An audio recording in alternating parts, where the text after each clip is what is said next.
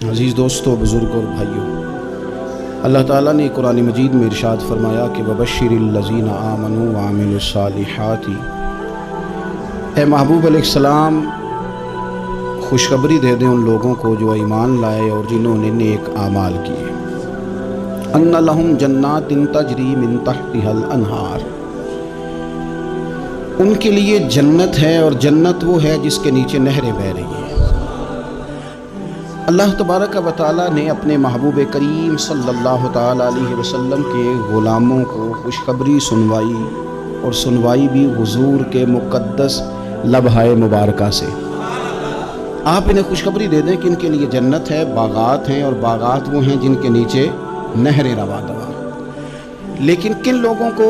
جو ایمان لائے اور جنہوں نے نیک اعمال کیے۔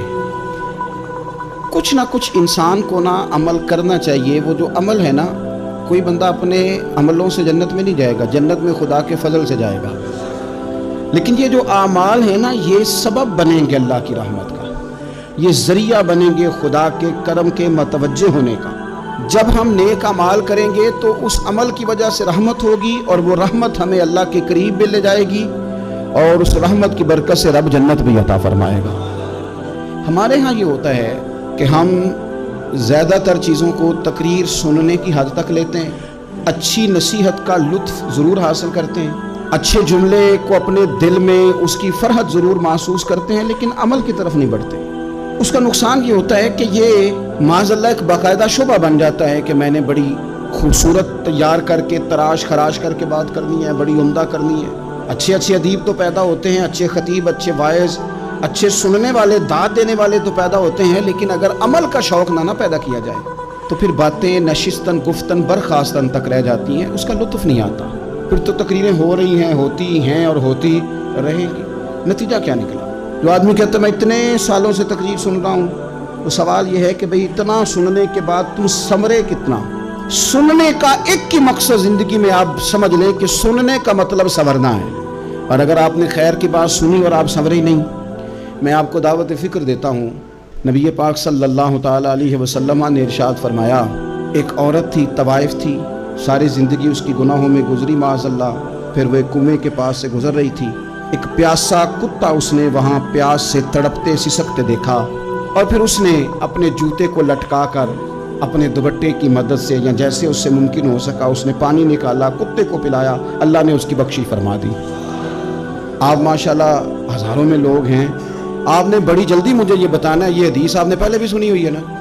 میرا خیال ہے کوئی بندہ نہیں رہا جو اس نے نہ سنی ہو، سنی ہوئی ہے نا ہم نے الحمدللہ۔ اتنے سارے بندے جو یہاں موجود ہیں انہوں نے سنی ہوئی ہے، تو ظاہر ہے امت مسلمہ میں جتنے لوگ ہیں ڈھیر ساروں نے یہ بات سنی ہوگی۔ لیکن میرا سوال یہ ہے، میں سڑکوں پہ روڈوں پہ سفر کرتا ہوں، ہم نے یہ حدیث درجنوں بار سنی کہ طوائف نے کتے کو پانی پلایا تو اس کی بخشش ہو گئی، لیکن حال یہ ہے کہ سڑک پر کسی گاڑی سے ٹکرا کر اگر کوئی کتا مر جاتا ہے، اب مر ہی گیا ہے، گاڑی والا، موٹر سائیکل والا، پجارو والا، بس والا کوئی اتنی جرت نہیں کرتا کہ لکڑی کے ساتھ، رسی کے ساتھ ہی پکڑ کے اسے سائیڈ پہ کر دے۔ اس سڑک پہ مرا ہوا پڑا رہتا ہے، یہاں تک کہ گاڑیوں کے ٹائروں کے ساتھ اس کا گوشت لگ لگ کے سڑک صاف ہوتی ہے۔ اس محبوب کے ماننے والے جس محبوب نے بتایا کہ طوائف نے پانی پلایا تھا، اور ہمیں سمجھ بھی آ گئی اور حدیث پڑھ بھی لی اور سن بھی لی، پھر اس ملک کی جو مسلمانوں کا ملک ہے اس کی سڑکوں پر مرے ہوئے کتوں کو اٹھائے بھی کوئی نہ، اور زخمی کتا زخمی ہو ہی گیا ہے، اب اسے سڑک سے سائیڈ پہ ہی کر دیا جائے کم از کم، تاکہ اس کی اگر جان باقی ہے تو بچ جائے۔ تو پھر مجھے بتاؤ نا میرے دوستو، ہم نے کس لیے تقریریں سنی ہیں، کس لیے خطبے سنے ہیں؟ واعظ و نصیحت کی مجالس کا مطلب ہم نے کیا سمجھا ہوا ہے؟ تقریر، تحریر، تصنیف، اچھی گفتگو، اچھا جملہ، اس کا معنی ہم کیا سمجھتے ہیں؟ تو آج جو خوبصورت گھڑیاں شب برات کی صورت میں ہمیں نصیب ہونے جا رہی ہیں، اس سے پہلے اپنے دل میں یہ ارادہ کرو کہ رب کریم نے ہمیں جتنا دین کا فہم دیا ہے، سمجھ دی ہے، علم دیا ہے، ہم ارادہ کرتے ہیں اب ہم صرف سنیں گے نہیں، پڑھیں گے نہیں، صرف بیان ہی نہیں کریں گے، ہم عمل بھی کریں گے۔ کوئی تھوڑا سا نا عمل کا رستہ بھی تو میرے عزیز ہونا چاہیے۔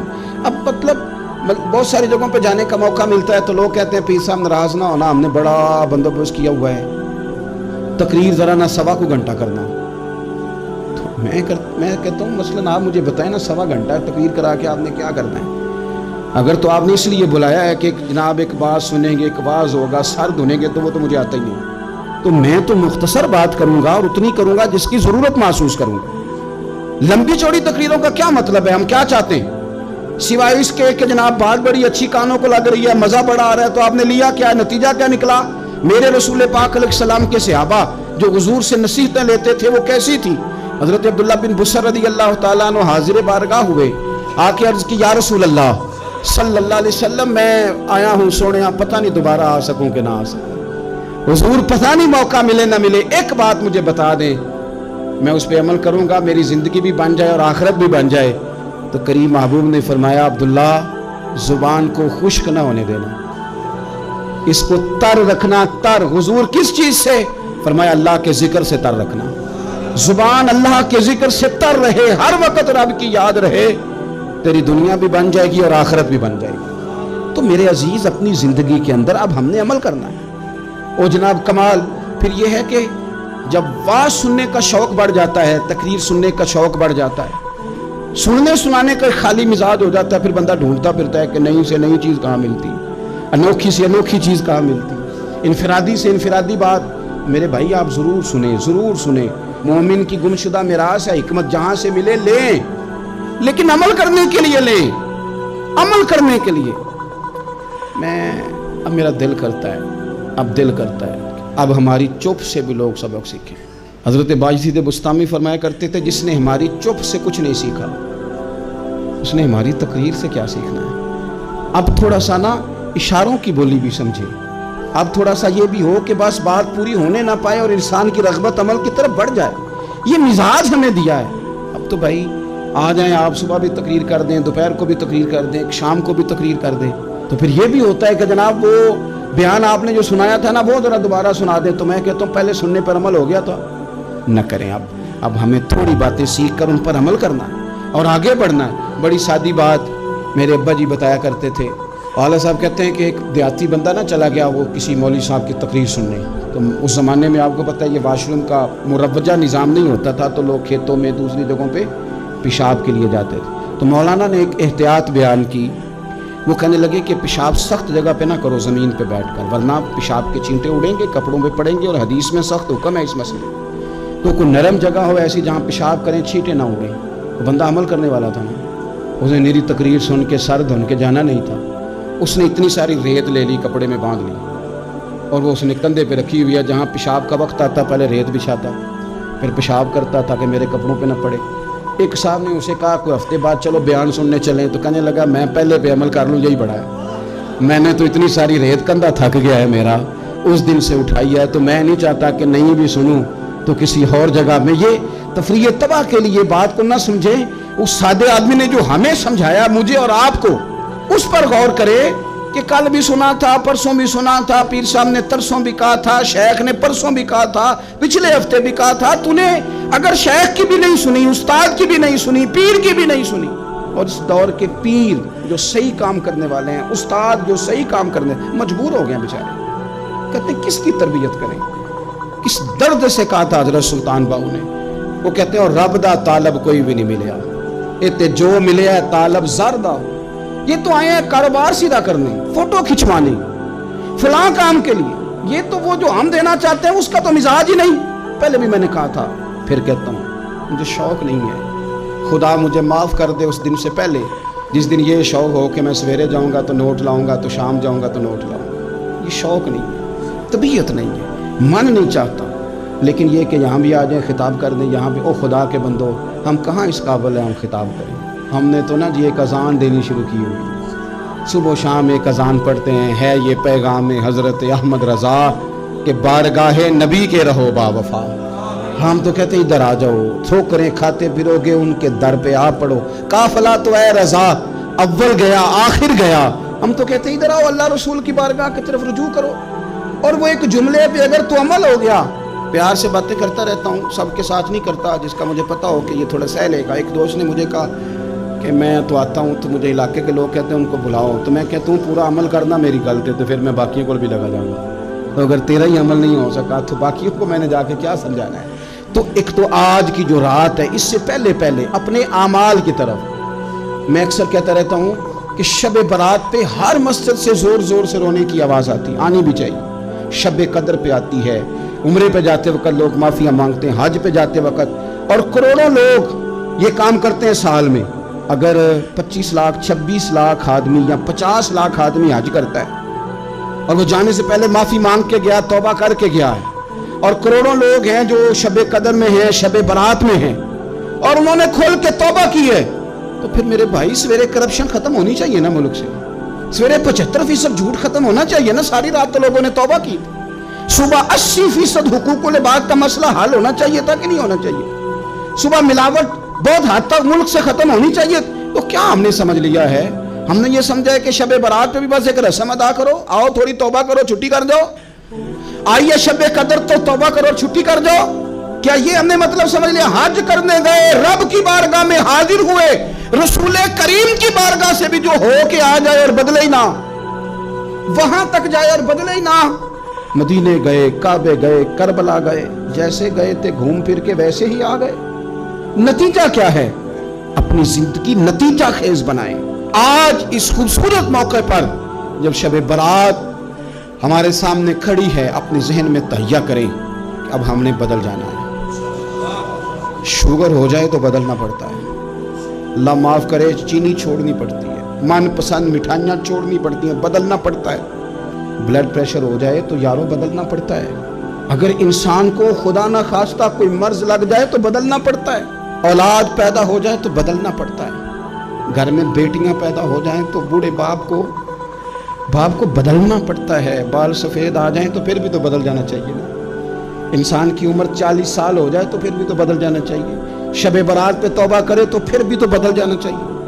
اب بدل جائیں، اب ہم بدل جائیں۔ اب نہ درد ہوتی ہے، گاڑی میں بیٹھیں تو کمر پہ درد ہوتی ہے، اب ہم بدل جائیں۔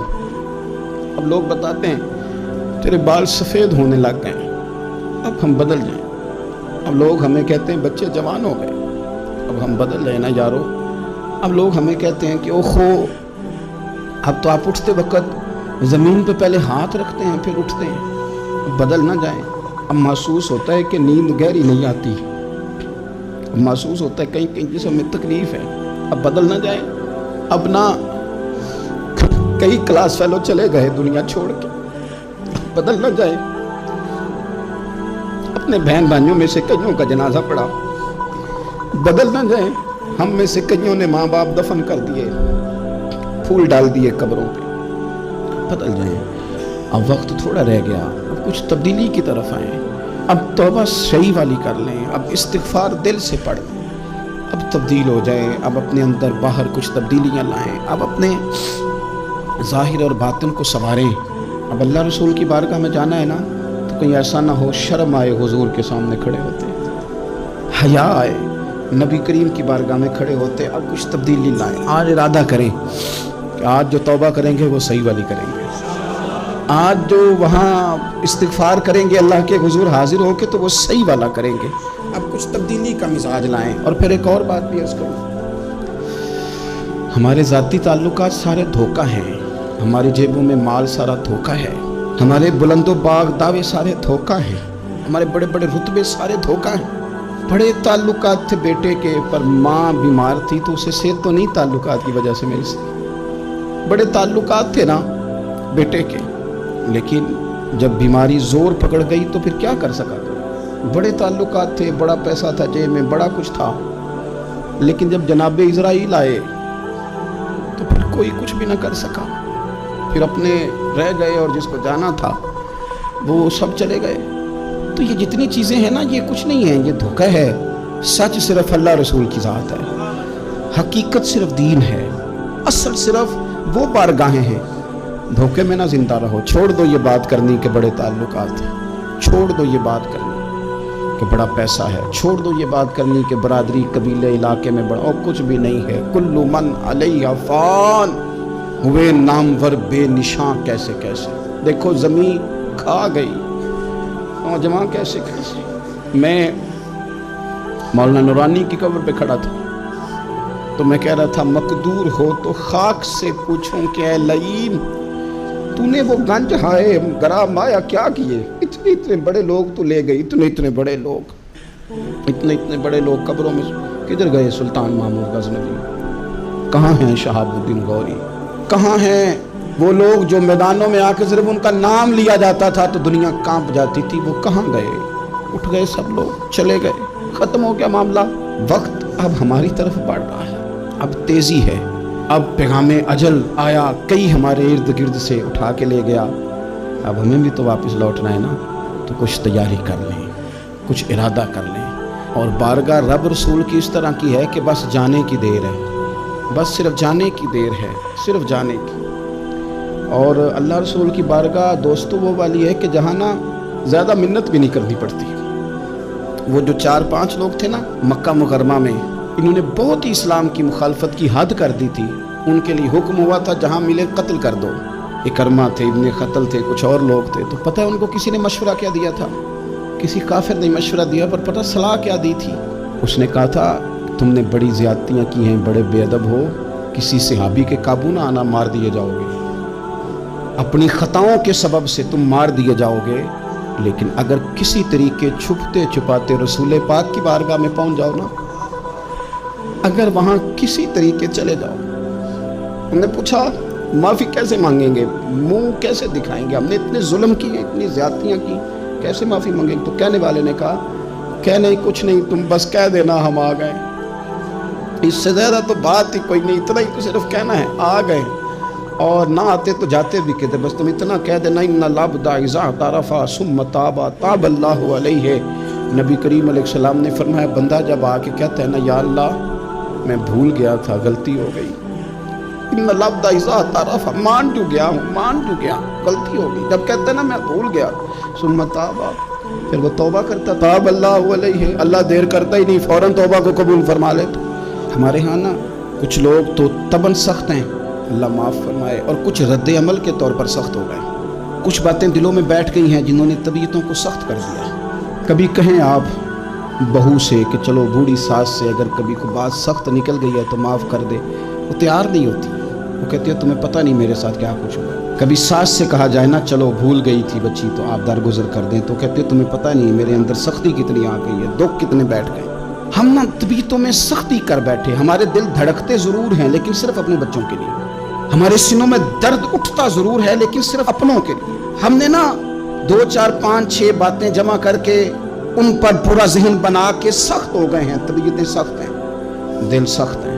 میرے نبی پاک صلی اللہ تعالی علیہ وسلم نے فرمایا، یہ حدیث مسلم شریف میں موجود ہے، فرمایا جنت میں وہ لوگ داخل کیے جائیں گے جن کے دل چڑیوں کی طرح نرم ہیں، نرم دل کے لوگ، معاف کر دینے والے، جلدی مان جانے والے۔ ایک صاحب تھے اپنے بھائی سے ناراض ہو گئے اور انہوں نے رشتے سے انکار کر دیا، پہلے ان کے بیٹے کی وہیں پہ نسبت تھی، انکار کر دیا۔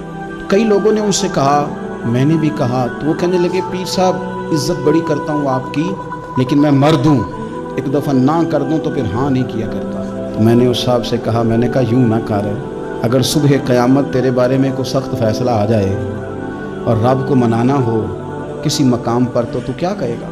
بہانے بنا بنا کے ہم سخت ہو گئے، دل اتنے سخت پتھر کر لیے، میں فلاں ہوتا ہوں جی، میں نہیں دوبارہ کسی کی سنتا۔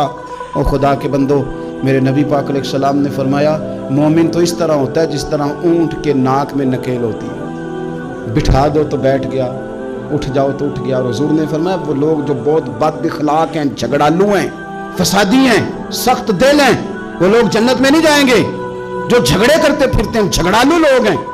عزیز دوستو، اپنی زندگی کے اندر طبیعت میں نرمی، اگر طبیعت نرم ہو گئی نا جی، مزاج میں نرمی آ گئی، تو پھر آپ محسوس کریں گے کہ آپ معاف کرتے بھی جلدی ہیں اور معافی دیتے بھی جلدی ہیں۔ پھر آپ کے تعلقات بچیں گے، آپ کی نسبتیں بچیں گی، آپ کے بہت سارے رشتوں میں قربت آئے گی، ٹوٹیں گے نہیں۔ ایک تو دل نرم کریں، کسی شخص کے بارے میں دل میں کوئی بات ہے تو اسے معاف کریں اور معافی دیں۔ کچھ لوگ بالکل ٹھیک ٹھاک ہوتے ہیں، کوئی ناراضگی نہیں ہوتی، لیکن آپ نے بچی کی شادی کا کارڈ دیا نہیں تو فوراً ناراض ہو جاتے ہیں، اور پھر آپ سمجھا رہے ہیں، قائل کر رہے ہیں، وہ تیار ہی نہیں ہے قائل ہونے کو۔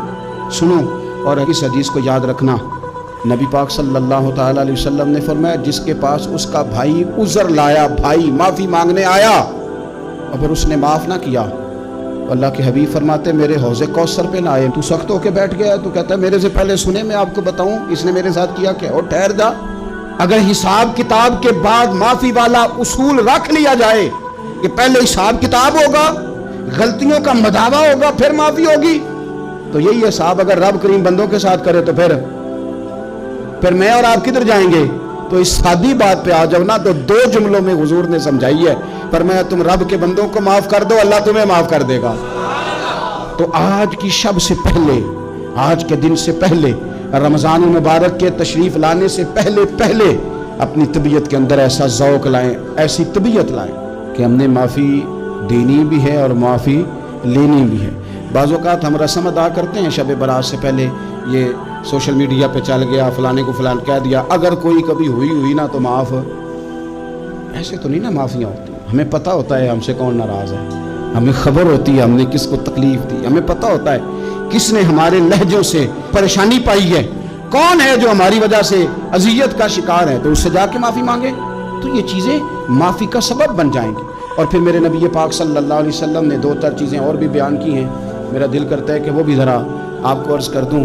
حضور سید عالم علیہ السلام نے نا جنت میں لے جانے والے جب اعمال بیان کیے تو حضور علیہ السلام نے فرمایا کہ ایک تو زکوٰۃ صحیح ادا کرنا، شرک سے بچنا، توحید پہ قائم رہنا، اور زکوٰۃ ٹھیک ادا کرنا، اور اپنے رشتہ داروں سے اچھا سلوک کرنا، جنت میں داخل ہو جاؤ گے۔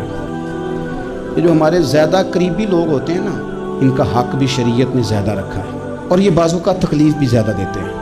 لیکن میرے عزیز ایک بات سمجھ لیں اچھی طرح سے اور اپنے دل میں بٹھا لیں، میں نے درجنوں بار کہی ہے، پھر کہتا ہوں، اللہ تعالیٰ نے جو خاندان میرے لیے پسند کیا ہے نا، مالک نے مجھے وہاں پیدا کیا ہے، تو جو چچا اللہ نے میرے لیے پسند کیا وہ مجھے بھی پسند ہونا چاہیے، اور جو ماموں اللہ نے میرے لیے پسند کیا ہے وہ مجھے بھی پسند ہونا چاہیے۔ انسانوں کے اندر کمزوریاں بھی ہوتی ہیں، خوبیاں بھی ہوتی ہیں، لیکن ہمارا یہ مسئلہ بن جاتا ہے کہ ہم نہ صرف کمزوریوں کو ڈسکس کرتے ہیں، خوبیوں کا تذکرہ کرتے ہی نہیں۔ اپنے مزاج کے اندر اس بات کو آپ نے پیدا کرنا ہے۔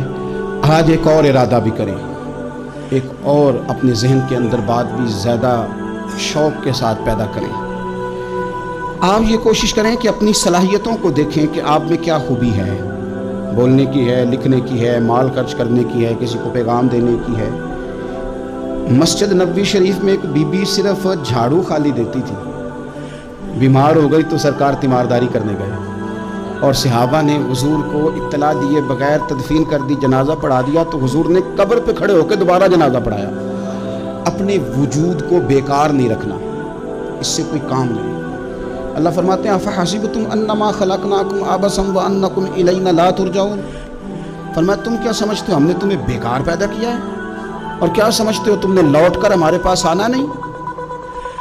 ایک ذرہ بھی تو بیکار نہیں ہو سکتا، لہذا میں کسی شخص سے بیزار نہیں ہو سکتا۔ اپنی اس صلاحیت کو ضائع نہ کریں۔ ہم نہ بہت سارا وقت ضائع کر رہے ہیں، ادھر ادھر موبائل کھول لیا، دیر تک فلانی چیز دیکھی، پھر فلانی دیکھی، پھر فلانی بحث کی۔ اپنے آپ سے نہ کچھ کام لیں، کچھ خدمات کریں۔ ہم زیادہ وقت لوگوں کا انٹرویو کرنے میں ضائع کرتے ہیں، دوسروں کی تفصیلات حاصل کرنے میں وقت ضائع کرتے ہیں، لوگوں کا دھیان رکھنے میں وقت ضائع کرتے ہیں۔ آج کے بعد اپنا دھیان رکھنا ہے، اپنی صحت کا دھیان رکھنا ہے، اپنے معاملات کا اپنے اوپر تھوڑی توجہ دینی ہے، کوشش کرنی ہے کہ کس حد تک ہم اپنی صلاحیت سے فائدہ لے کے کسی کا کچھ نفع کر سکتے ہیں تو وہ نفع کریں، اپنے وجود کو نفع بخش بنائیں۔ حدیث پاک سنیں گے تو آپ محسوس کریں گے کہ اللہ کتنے اجر دینے والا ہے۔